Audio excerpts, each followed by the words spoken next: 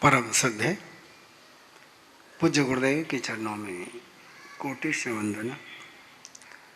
विराजमान स्नेही सी तृतीय शिष्य महाराज साहब, विदुषी महासती वृंद, तीर्थ बनने की यात्रा में निरंतर भावपूर्वक चल रहे श्रद्धालुगण, एक बहुत महत्वपूर्ण विषय पर हम कई दिनों से बात कर रहे हैं। इसलिए बात कर रहे हैं कि जिन शासन में इस व्रत की मर्यादाओं के लिए जो संरचना की गई वो अनूठी है। उस अनूठी व्यवस्था के कारण से ही जैन श्रमणिया साधु साध्विया इस अनादि काल की आदिम प्रबलतम प्रवृत्ति पर, सशक्त संज्ञा पर एक विजेता योद्धा के समान निरंतर गतिशील है। जिस धर्म संघों में ब्रह्मचर्य के लिए इस प्रकार की व्यवस्थाएं उपलब्ध न होती है, वहां पर मन के मनोरथ वैसे ही समाप्त हो जाते हैं जैसे दरिद्र व्यक्ति के मनोरथ उत्पद्यन्ते विलीयन्ते दरिद्राणां मनोरथाः, उत्पन्न होते और समाप्त हो जाते हैं। क्योंकि व्यवस्था जो समृद्ध व्यवस्था चाहिए, बाहर का स्ट्रक्चर, बाहर की व्यवस्थाएं मन में भटकने की संभावना होने के बाद भी यदि उसको भटकने का मार्ग नहीं मिले तो मन अटक जाता है, और अटकने की व्यवस्था नहीं हो तो मन भटक जाता है।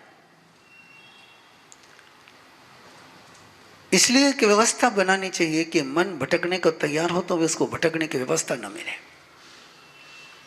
उसको अटकाने की व्यवस्था हो,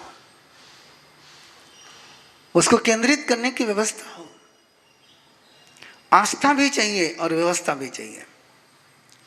बिना आस्था के व्यवस्था में प्राण नहीं आते, और बिना व्यवस्था के आस्था गतिशील नहीं हो पाती। आस्था भी चाहिए और व्यवस्था भी चाहिए, व्यवहार भी चाहिए और निश्चय भी चाहिए। व्यवहार के पात्र में ही निश्चय का घी रहता है। व्यवहार का पात्र नहीं हो तो निश्चय का घी रखेंगे किस पर? आचार्य भगवान का चतुर्मास घाटों पर चल रहा था। 1962-63 की बात है, और एक युवक ने आकर के पूछा कि आत्मा को शुद्ध करने के लिए शरीर को तपाने की क्या जरूरत है? शरीर का क्या दोष है? शरीर को क्यों कष्ट दे? गुरुदेव ने उसको जवाब दिया, मक्खन को गर्म करना हो तो पात्र में करोगे या बिना पात्र के करोगे? और बिना पात्र के यदि मक्खन गर्म करने गए तो घी बन पाएगा क्या? वैसे शरीर पात्र है। यदि अंदर के मक्खन को घी बनाना है तो पात्र को तपाने से माध्यम से ही जाएगा। ऐसा ही शरीर और ऐसी व्यवस्था है। व्यवस्था पर आक्षेप लेना बहुत आसान है, व्यवस्था को पैरों तले रोलना बहुत आसान है, व्यवस्था का अनादर करना बहुत आसान है, लेकिन व्यवस्था के पीछे की जो गंभीरता है उसको नहीं समझे तो हालत उस किसान बेटे के समान हो जाती है। एक जहांगीरदार किसान का बेटा कॉलेज में पढ़ करके जब अपने गांव पहुंचा और पहले दिन ही बहुत बड़ी खेती, उस खेती पर गया, और खेती पर गया तो खेती को कांटों की बाढ़ लगाई हुई थी और उसके पांव में कांटा चुभा। उसने साथ के मजदूरों को पूछा, इन कांटों से क्या फल मिलता है? ये कांटे तो केवल चुभते हैं, इन सारे कांटे के बाण को निकाल दो। मजदूरों ने बहुत समझाया कि मालिक, एक कांटों की बाण ही खेती की सुरक्षा करती है। बोले ये फल देती है क्या? इन कांटों की बाण को पत्ता लगता है, फूल लगता है, फल लगते हैं क्या? बोले नहीं लगते। तो जो नहीं लगता है फल फूल, उसको रखते किस लिए? मजदूर क्या करते हैं? मालिक का हुक्म, सारी बाण निकाल दी। और बाण निकाल दी, और कुछ दिनों के बाद जब मालिक का बेटा वापस खेती में पहुंचा, तब फसल सारी बर्बाद। फसल है नहीं ठिकाने पर। कई चोरों ने काट लेकर गए, कई गए पशुओं ने चर ली। मजदूरों से पूछा, बोले क्या हो गया? बोले मालिक, आपने बाण निकालने के लिए कह दिया, आपने कहा कि बाण की उपयोगिता क्या है? बाण को फल नहीं लगता, फूल नहीं लगता, पत्ता नहीं लगता, तो कांटों की बाण क्यों रखी जाए? वो निकाल दी। लेकिन कांटों की बाण को पत्ते फूल फल तो नहीं लगते थे, लेकिन खेती के फल फूल को सुरक्षित रखते थे। यही उदाहरण है इस 9 वार्ड के लिए, यही एग्जाम्पल है ये सारी व्यवस्थाओं के लिए। व्यवस्था को पत्ते फूल फल नहीं लगते हैं। पत्ते फूल फल जो लगने वो साधना को ही लगने हैं, वो ज्ञान श्रद्धा और चरित्र को ही लगने हैं। लेकिन उन फल फूल को सुरक्षित रखने की व्यवस्था ये बाण है। इसलिए इसको कंपाउंड वाल कहा गया। इस कंपाउंड वाल की लंबी चर्चा आपके साथ हुई। जितनी आपके साथ जुड़ी हुई से चर्चाएं थी उतनी करी। और एक छोटी सी चर्चा कर करके फिर इस व्रत के स्वरूप पर चलेंगे। एक बार पूरी व्यवस्था की बात पूरी हो जाए, फिर चलेंगे इसकी साधना पर। पहले व्यवस्था के आधार पर ही साधना की बात कर पाएंगे। और उस व्यवस्था का एक और सूत्र है कि पहले जो किसी भी प्रकार का भोग का जीवन जिया हो, उसका स्मरण नहीं करना, उसको याद नहीं करना, उसको स्मृति में नहीं लाना। बार बार उसको याद करेंगे तो शरीर में उसी प्रकार के हार्मोन्स सिक्रेशन हो जाएगा, उसी प्रकार की उत्तेजनाएं जागृत हो जाएंगी। पूर्व भोगे हुए भोगों को स्मरण नहीं करना, ये ब्रह्मचर्य की साधना के लिए महत्वपूर्ण सूत्र है। और यदि उसकी स्मृति प्रगल्भ बनती चली जाए तो वो स्मृति, वो स्मरण, वो याद शरीर को, चेतना को, मन को, अपनी वृत्तियों को उस भोग की तरफ ले जाती है। याद आती है तो साध मिलती है, और साध को हम प्रतिसाद दे ही देते हैं। यदि साध और प्रतिसाद से बचना हो तो याद से बचना चाहिए। याद करना ये बुलावा देना है, याद करना ये आमंत्रण देना है। उन्हें थोड़ा पास लगा, टेबल कम करें, आवाज कम करें, शांत हो जाओ। याद करना ने आवाज देना है, बुलावा देना है।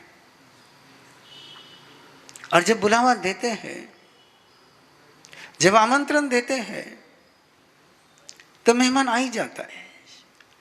और फिर मेहमान आया कि उसका आदरातिथ्य भी करना ही पड़ता है कि आपने बुलाया है। बिना बुलाए मेहमान आ जाए तो आदरातिथ्य से बच भी सकते हो, लेकिन बुलाया हुआ मेहमान हो तो उसका आदरातिथ्य करना ही पड़ेगा, उसको खिलाना ही पड़ेगा।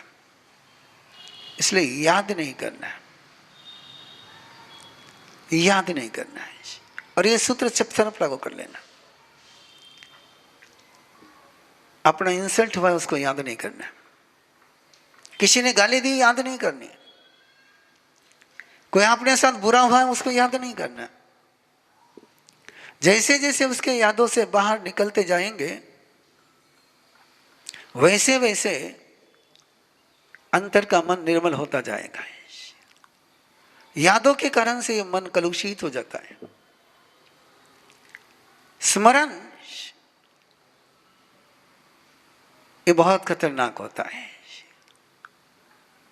और स्मरण के पीछे की जो प्रक्रिया चलती है वो चलती है ध्यान की। स्मरण करना है, ध्यान करना है, याद करना है, ध्यान करना है। और जिसका ध्यान करेंगे वैसा जीवन बन जाएगा।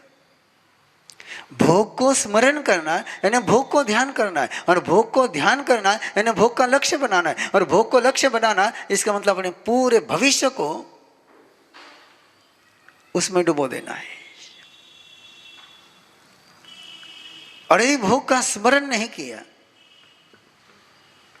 भोग की याद नहीं करी, तो भोग के तरफ मन जाएगा नहीं। जिनको शराब की या गुटखे की आदत होती है उनसे पूछो क्या होता है, उनको याद आती है। वो याद आई कि पूरा शरीर उसके लिए तड़पने लग जाता है। याद नहीं आए तो गुटखा और शराब छोड़ने आसान है। याद नहीं करे तो आसान है। इसलिए कई बार इन लोगों को यदि किसी काम में लगा दो, याद करने का मौका ही मत दो, तो मन उधर नहीं जाता है। एक आचार्य भद्रबाहु ने एक बहुत सुंदर कथा कही है। पुराने जमाने की कहानी, लेकिन इस कहानी में सार बहुत है। एक सेठ का बेटा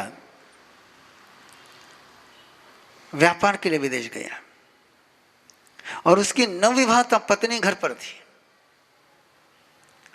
और वो पत्नी घर पर थी, जवानी थी, पति है नहीं। और उस पति न होने के कारण से अंदर की वासनाएं प्रबलतम बनने लगे, अतृप्ति।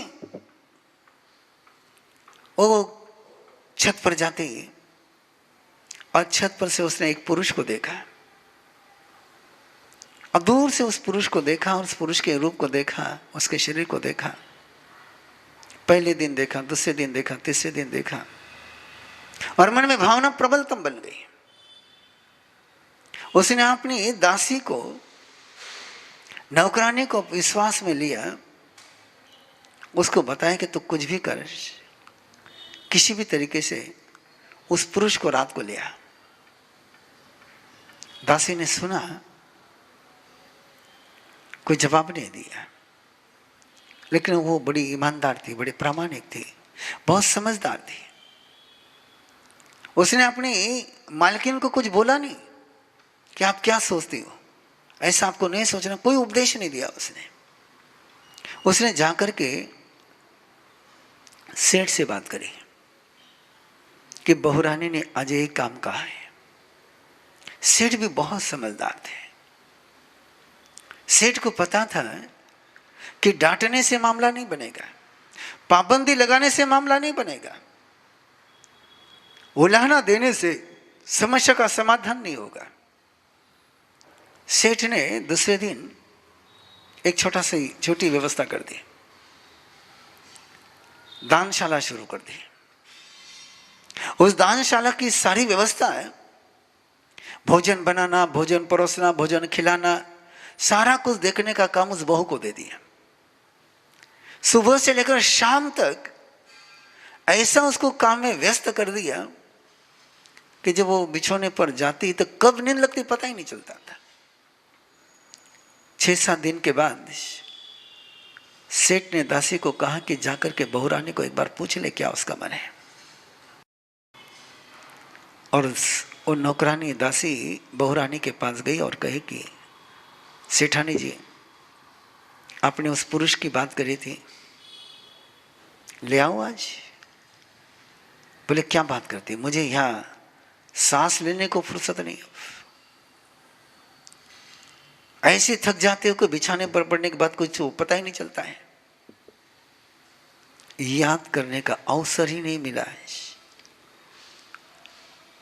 इतना व्यस्त कर दिया उसको, उसके तन को, उसके मन को, इतना व्यस्त कर दिया सकारात्मक कामों में कि फालतू के विचार आने के लिए जगह ही नहीं रही। इसलिए आप लोग जानते हैं ना, खाली दिमाग शैतान का घर, खाली दिमाग भगवान का भी घर बनता है। भगवान को भी लाने के लिए दिमाग खाली करना पड़ता है। लेकिन भगवान को लाने की कला ना हो, भगवान को बुलाने की कला ना हो, भगवान को बुलाने की टेक्निक नहीं हो, और मन को खाली कर दो, जीवन को खाली कर दो, शैतान तो बिना बुलाया आ जाता है। तो इसको खाली नहीं रखना है। इसको अच्छे कामों में, सकारात्मक कामों में यदि व्यस्त रखेंगे तो ये याद आने का मौका नहीं आएगा। जैसे इन कामों में तन्मय हो जाएंगे तो फालतू की यादें नहीं आएगी, क्योंकि प्रैक्टिकल प्रॉब्लम है। हम कहे किसी को याद मत करो, और याद मत करो खाली होगा तो करेगा क्या और काम? याद ही करेगा, दूसरा क्या कर सकता है? यही डिप्रेशन का सूत्र है।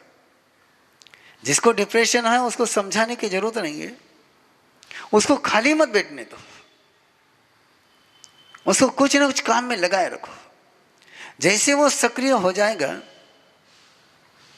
पूरा जीवन उसका व्यस्त हो जाएगा, तो डिप्रेशन को जगह ही नहीं मिलेगी। ये सारे फ्रस्ट्रेशन, ये सारे डिप्रेशन ये तभी आते हैं जब जगह में खाली रहती जगह है।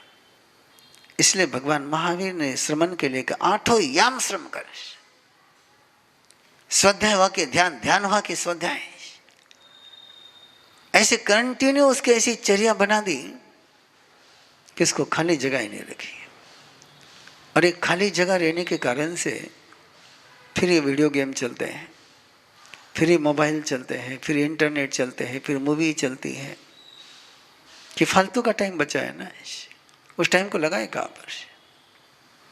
और दिन ब दिन ऐसी स्थितियां बनती जा रही है, ऐसी स्थितियां बनती जा रही है कि साधन इतने बढ़ रहे, इतने बढ़ रहे, इतने बढ़ रहे हैं कि श्रम करने की आवश्यकता कम से कम होती जा रही है।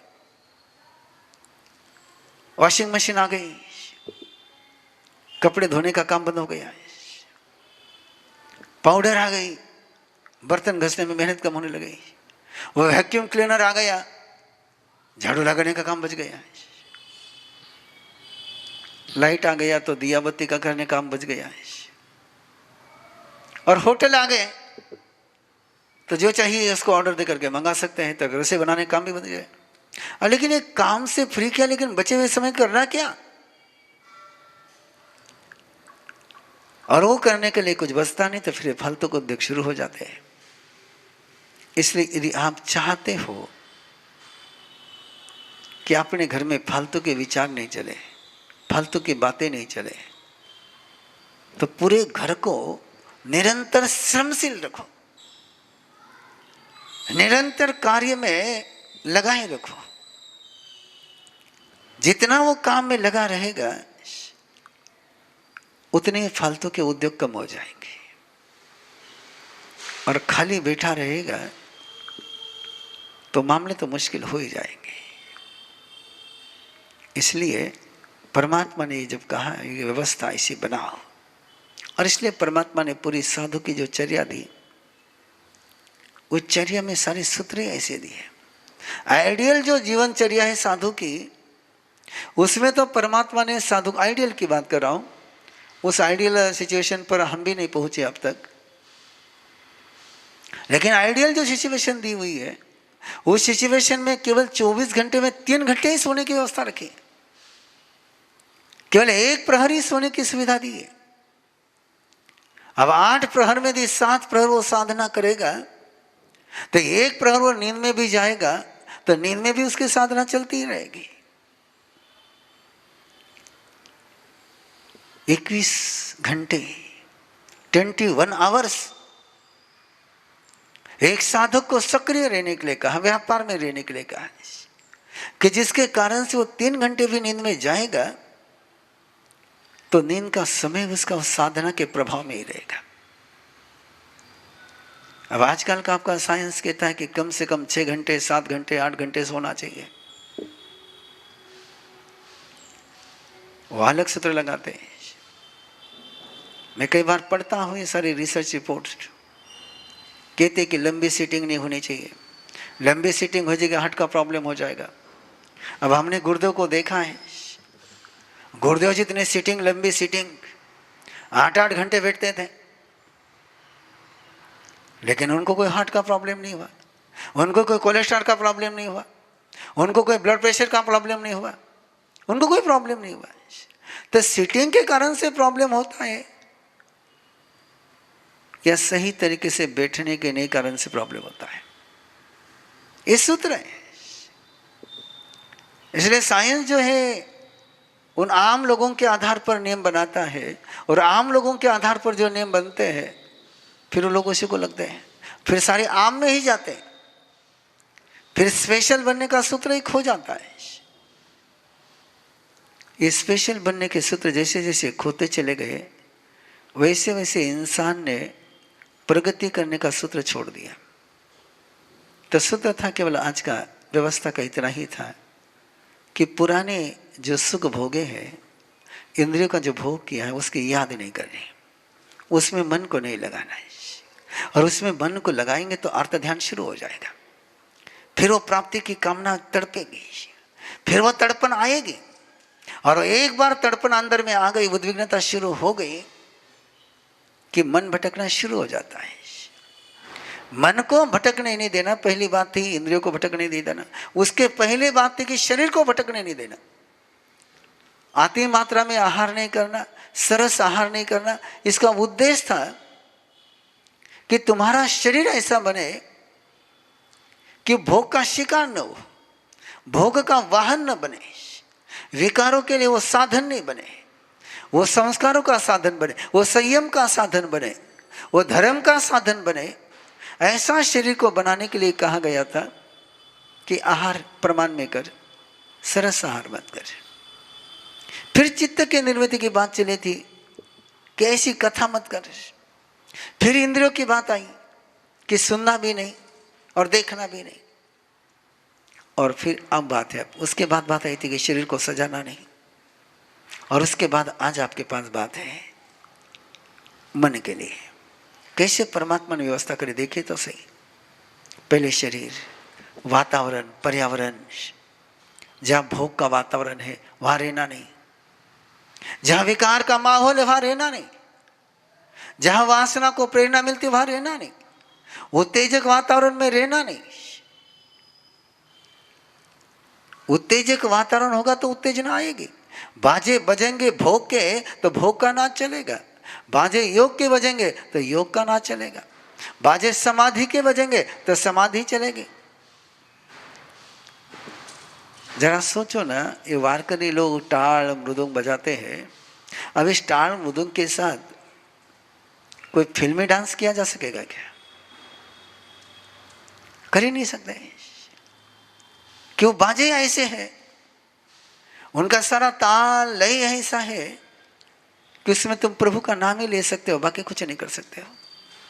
तो बाहर का माहौल ऐसा बनाना, इसको कहा केसरी पशुपर्ण नगर स्थान पर रहना, कि जहां ये भोग को प्रेरणा नहीं मिले, वासना को प्रेरणा नहीं मिले, माहौल संसर्ग से दूर रहना है, संगठन नहीं करना है, स्पर्श नहीं करना है। ये छोटे छोटे सूत्र है। और मैंने वो जो बात आपसे कही थी वो किसान के बेटे की, कि कांटों की बाढ़ में कोई फल फूल थोड़ा लगता है। और भगवान महावीर ने सबसे सुंदर बाढ़ को ही दी कि मेल ने फीमेल को टच नहीं करना, फीमेल में मेल को टच नहीं करना, साधु ने पुरुष से स्त्री को टच नहीं करना, साध्वी ने पुरुष को टच नहीं करना। और नए नए लोग आते हैं ना, वो कहते हैं क्या होता है टच करने से? यदि तुम्हारे मन में विकार नहीं है, यदि तुम्हारे मन में पाप नहीं है, तो स्पर्श करने में क्या गुनाह है? क्या स्पर्श के कारण से बंद होता है क्या? बड़े सुंदर है, बहुत अच्छे तर्क है। बस वो ऐसे तर्क जब भी सामने आया ना, वो किसान के बेटे को याद कर लेना। वो किसान का बेटा पक्का याद रखना है कि कांटे के बाढ़ को फल फूल नहीं लगते हैं, लेकिन कांटे के बाढ़ के बिना फसल सुरक्षित नहीं रहती है।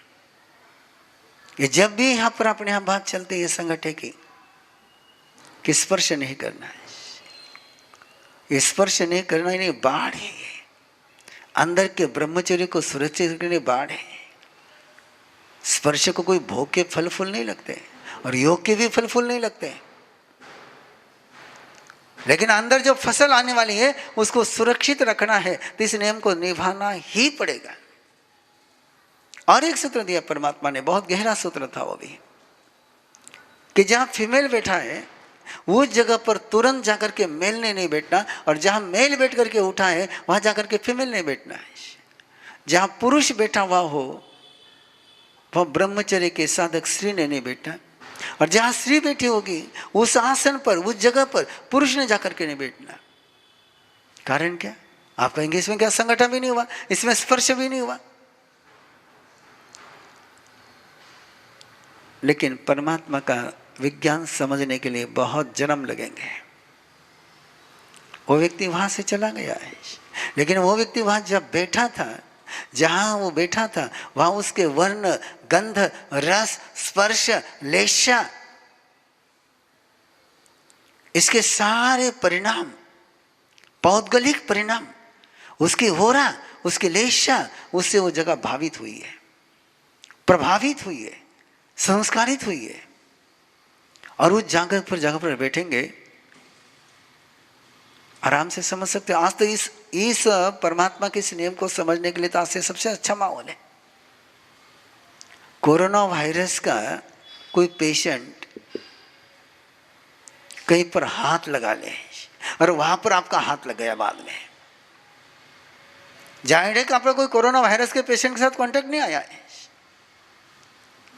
लेकिन उसने जिस वस्तु को छुआ है, उसने जिस वस्तु को टच किया है, उस वस्तु को आपने टच कर लिया, आपके अंदर वायरस आ गए, बीमार हो गए। ऐसे ही जो परमाणु रहते हैं ये वायरस के समान रहते हैं। जो व्यक्ति जहां बैठता है वहां अपने सारे हवा के, मन के, भाषा के, वहां वो अपना प्रभाव छोड़ करके जाता है। और वहां पर जाकर के बैठते हैं तो उसके कब्जे में पहुंच जाते हैं। इसलिए कहा गया कि संसक्त आसन पर नहीं बैठता। बहुत सुंदरतम मर्यादाएं दी गई, बहुत सुंदर मर्यादाएं। और जहां भी बैठना हो वहां पल्यो ना कर करके, प्रमार्जन करके बैठना, कि जिसके कारण से कुछ वायरस वहां रह भी गए होंगे तो साफ हो जाए। ऐसी पूरी व्यवस्था यदि आप जीवन में फॉलो करोगे तब जाकर के ब्रह्मचर्य की साधना की तरफ कदम बढ़ पाएंगे। पहले मैंने व्यवस्था की बात करी है, पहले मैंने मर्यादा की बात करी है, पहले मैंने बाउंड्री वॉल बनाई है। भगवान ने ये बाउंड्री वॉल दी है, इस बाउंड्री वॉल को बराबर करोगे तो अंदर का घर सुरक्षित रह जाएगा, और बाउंड्री वॉल नहीं होगी तो घर सुरक्षित रहना मुश्किल है। शायद आप लोगों को पता होगा कि नदी के तट से, किनारे से 100 फुट तक कंस्ट्रक्शन करने की मनाही है। वहां कोई पानी नहीं आया हुआ है, लेकिन पानी आ सकता है, और जिस समय बाढ़ आएगी उस समय यदि वहां कंस्ट्रक्शन रहेगा तो सारी तबाही हो जाएगी। अब इस आधार पर कहोगे कि बाढ़ तो कभी कभार आती इसलिए आज मकान बना ले। अरे आज मकान बना लोगे, लेकिन जब बाढ़ आएगी तब क्या करोगे? मकान उठा कर ले जाओगे क्या? तो कुछ व्यवस्थाएं वर्तमान को लक्ष्य में रख करके होती है, कुछ व्यवस्थाएं बाढ़ के समय में क्या होना चाहिए, बाढ़ आने के बाद क्या करोगे, उसमें से बचने के लिए कुछ व्यवस्थाएं होती है। केवल वर्तमान को नजर में रख करके ही व्यवस्था नहीं बनती है। गुरुदेव फरमाया करते थे, तुम रोज मकान का ताला लगाते हो, दरवाजा बंद करते हो, क्या रोज चोर आता है क्या? जिस दिन चोर आए उस दिन दरवाजा लगा लेना। नहीं, क्योंकि पता नहीं हमको चोर कब आएगा। वैसे ही सारी वासना के, पाप के चोर कब आएंगे कोई पता नहीं।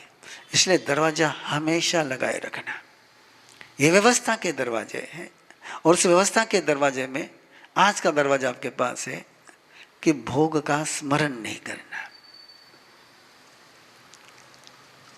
संकल्प उसमें नहीं लगाना, चित्त को उसमें नहीं लटकाना है, चित्त को उसमें तन्मय नहीं होने देना, उसकी यादों में उसको नहीं खोने देना। और यादों में उसको वहां खोने न देना हो तो और किसी याद में लगा देना।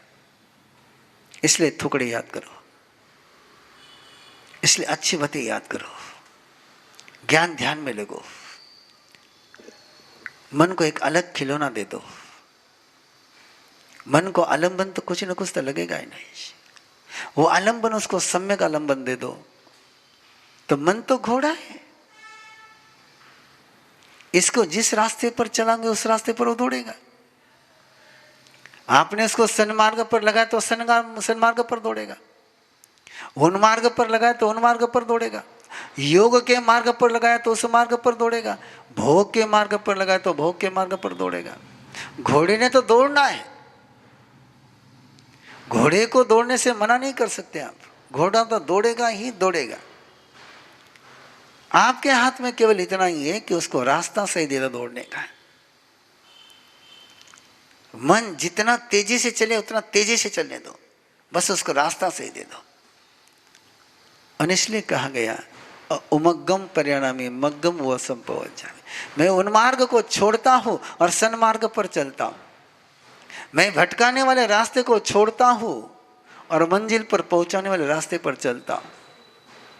इस मन को वहां से बाहर निकालो, और बाहर निकालने के साथ आओ आज व्रत की स्वरूप की चर्चा शुरू कर रहा हूं, और उसका पहला है टाइटल, इस व्रत का नाम क्या, गृहस्थ के जीवन में और साधु के जीवन में नाम क्या है। साधु के जीवन में नाम है सर्वथैव त्याग, मन से, वचन से, काया से,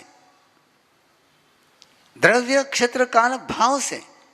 उसका उपयोग भी ब्रह्मचर्य में रहेगा, उसका मन भी ब्रह्मचर्य में रहेगा, उसकी वाणी भी ब्रह्मचर्य में रहेगी, उसकी काया भी ब्रह्मचर्य में रहेगी।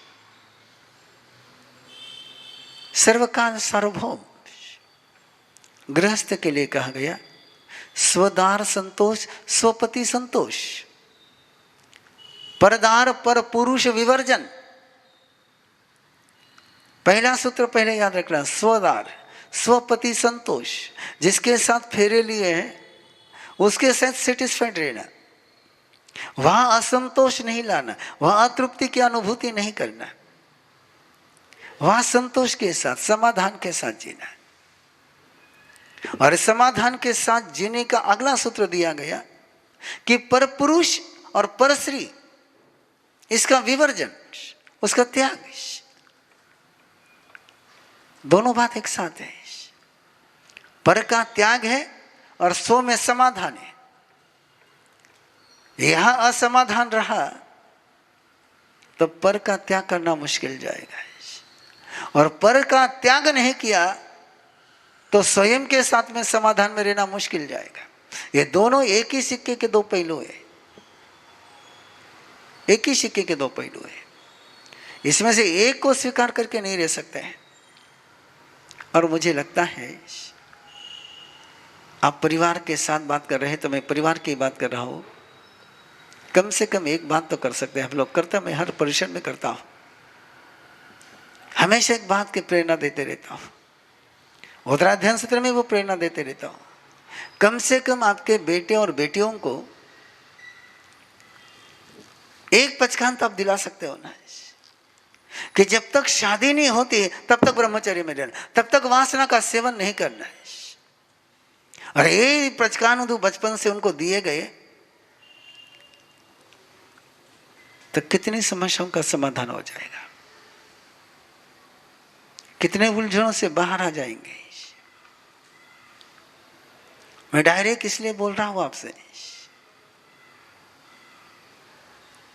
कि जो बात बेटे और बेटियां माँ बाप से नहीं करते हैं वो सारे अंदर के सीक्रेट हमारे पास आकर के बोलते हैं। मैंने आपको कहा ना कि शनिवार का क्लास चल रहा है और उस सैटरडे के क्लास में एक की ओर से क्वेश्चन आया है कि मैं 3 साल से एक लड़के के साथ अफेयर में हूं, वो नॉन चेन है, उसका परिवार मांसाहारी लेकिन वो शाकाहारी बन चुका है, उसने मेरे पीछे सब छोड़ दिया है, आप क्या करें। अब उसको जो जवाब देना है मैं दूंगा, लेकिन पहले सोचिए ना, यदि परिवार में एक व्यवस्था होती, परिवार में एक सोच होता, एक संस्कार होता, एक बंधन होता, तो स्थिति आती ही नहीं ना, ये हालत आती ही नहीं ना। इतना तो कर ही सकते हैं आप। और इतना करना जरूरी है आपके लिए। यदि आपको टेंशन लेस रहना है, आपको यदि खतरे से बचना है ना, अपने बच्चों को खतरे से बचाना है, बहुत सारे युवक हैं, बहुत सारी युवतियां हैं, सारा एजुकेशन उनका डिस्टर्ब हो गया, ये सारा इसमें इतना माइंड उनका डाइवर्ट होगा, डिस्ट्रैक्ट हो गया। 2015 का चतुर्मास नासिक रोड चल रहा था। पुरुषाकार के शिविर में एक जलगांव से युवक आया था, और जब वो पर्सनल गाइडेंस के लिए आया तो उसने अपनी समस्या सामने रखी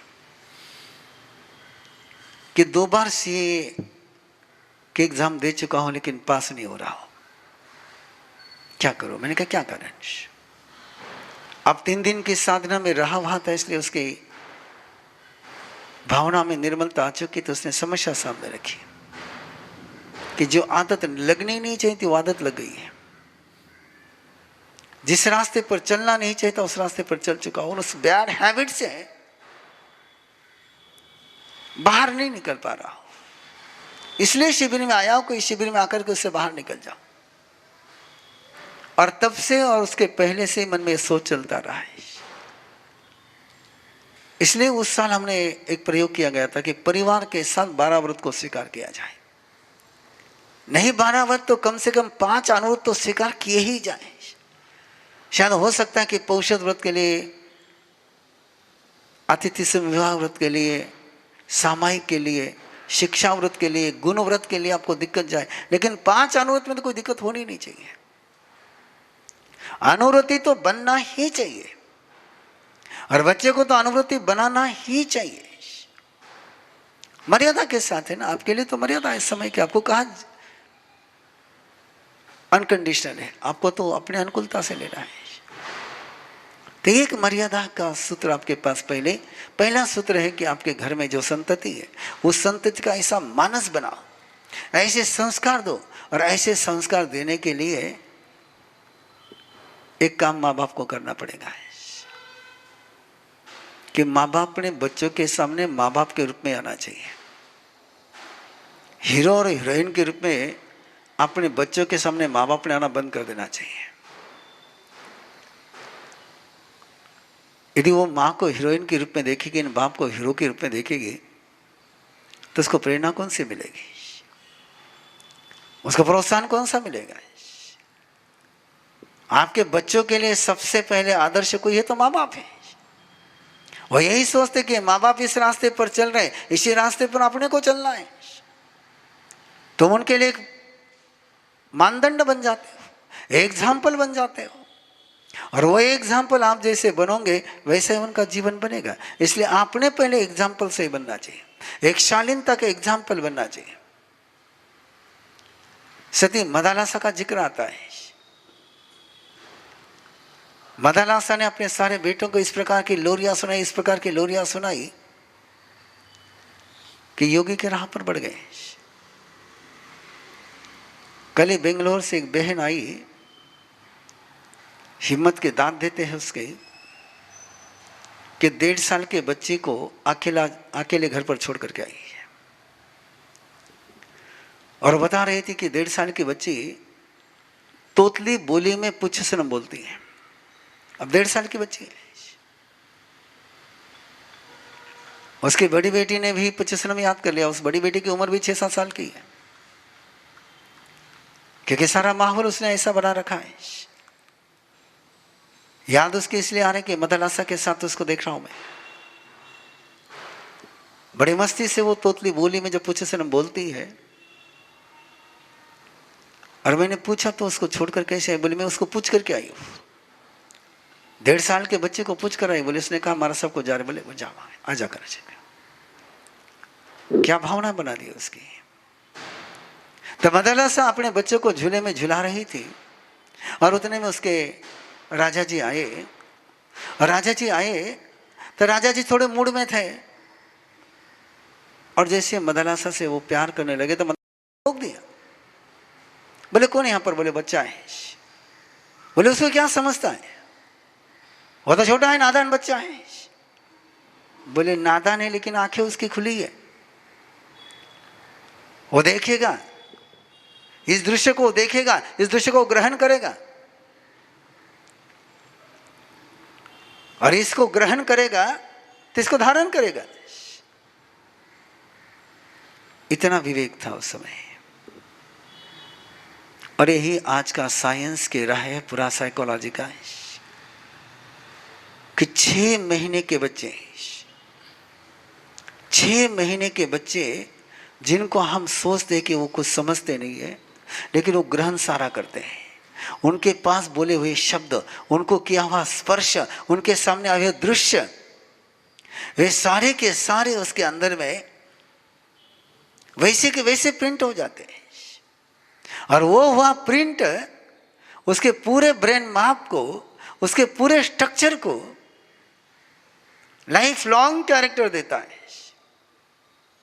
ये साइंस की बात है, एक भगवान महावीर की बात है, एक मदलासा की बात, और तीनों ही बातें एक ही सूत्र पर आकर के टिकती है, एक ही सूत्र पर टिकती है आकर के। सत्य को किसी भी एंगल से देखोगे तो वहीं पर पहुंचना पड़ेगा। ये सत्य उतना ही सत्य है।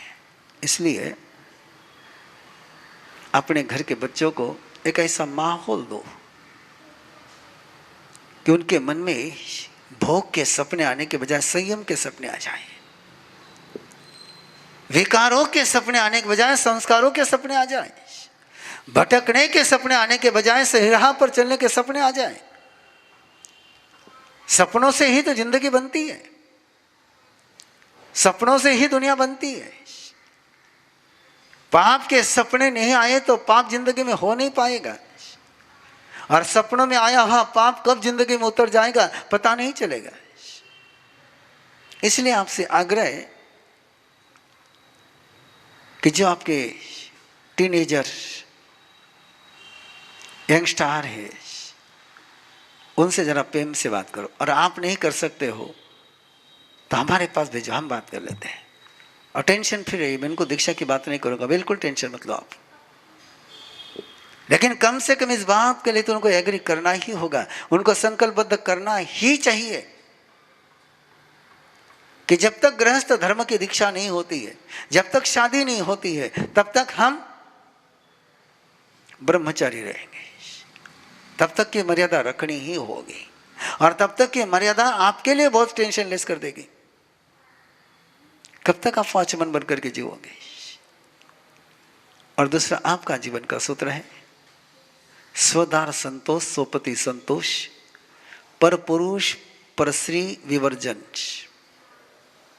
2 आयाम एक साथ दिए गए हैं। जिनके साथ जी रहे हो समाधान से रहो, वहां शिकायत का भाव मत रखो, वहां भूखे रह करके मत जीवो, वहां प्यासे रह करके मत जीवो, तृप्त जीवन जीवो, संतोष, सेटिस्फाइड, सेटिस्फेक्शन। और वो अंदर में सेटिस्फेक्शन रहेगा तो तुम्हारे कदम भटकेंगे नहीं, फिर तुम्हारी नजरें भूखी बनेगी नहीं, फिर मन तुम्हारा पिशाच बनेगा नहीं। बहुत सारे किस्से हैं तुम्हारे आसपास में, हमारे पास तो बहुत छन छन करके आते हैं, लेकिन तुम बहुत अच्छी तरह से जानते हो। इसलिए इस चौथे व्रत के लिए स्वयं को तैयार करो। अतिचार की बात कल होगी, आज पहले व्रत का स्वरूप है कि समाधान के साथ जीना है, असमाधान के साथ नहीं जीना है, अतृप्ति के साथ नहीं जीना है, उद्विग्नता के साथ नहीं जीना है, भूखा बन करके नहीं जीना है, प्यासा बन करके नहीं जीना है। संतोष, और संतोष मन में रहेगा तो रास्ते भटकने की संभावना समाप्त हो जाएगी। यदि रावण मंदोदरी के साथ संतुष्ट रह जाता है, यदि रावण मंदोदरी के साथ संतुष्ट रह जाता है, तो अगला प्रसंग बर्बादी का आता ही नहीं, आता ही नहीं। इसलिए सवाल प्राप्ति का नहीं, सवाल है अनुभूति का। सवाल इसका नहीं कि क्या है, सवाल यह है कि उसमें समाधान में कैसे रहते हैं। और वो समाधान का सूत्र यदि जीवन में आ गया तो व्रत की आराधना करना बहुत सहज हो जाएगा, बहुत आसान हो जाएगा, बहुत विवेकपूर्ण हो जाएगा। एक लंबी चली हुई यात्रा, चौथे व्रत की यात्रा थोड़ी लंबी चल गई, लंबी चलानी ही थी कि मैक्सिमम आज के जीवन पर सबसे ज़्यादा बर्निंग प्रॉब्लम कोई है तो झूठ का नहीं है, चोरी का नहीं है, इसी का है। इसलिए जिसके पेशेंट ज़्यादा है, जो बीमारी बहुत तेज़ी से फैल रही है, उस पर थोड़ी चर्चा विस्तार से करी है। गुरुदेव की आज्ञा से चलारि मंगलम अरिहंता मंगलम सिद्धा मंगलम साहु मंगलम केवली पन्नतोधम मंगलम चदारि लघुत्तमा अरिहंता लघुत्तमा सिद्धा लघुत्तमा साहु लघुत्तमा केवली पन्नतो धम्मो लघुत्तमा चत्तारि शरणं भवज्झामि अरिहन्ते शरणं भवज्झामि सिद्धे शरणं भवज्झामि साहु शरणं भवज्झामि केवली पन्नतम धम्मम शरणं भवज्झामि। चार मंगल, चार उत्तम, चार शरणा, दुख हरना, सुख करना और न शरणा कोई, जो भव्य प्राणी करे आराधन, अक्षय अमर पद होय।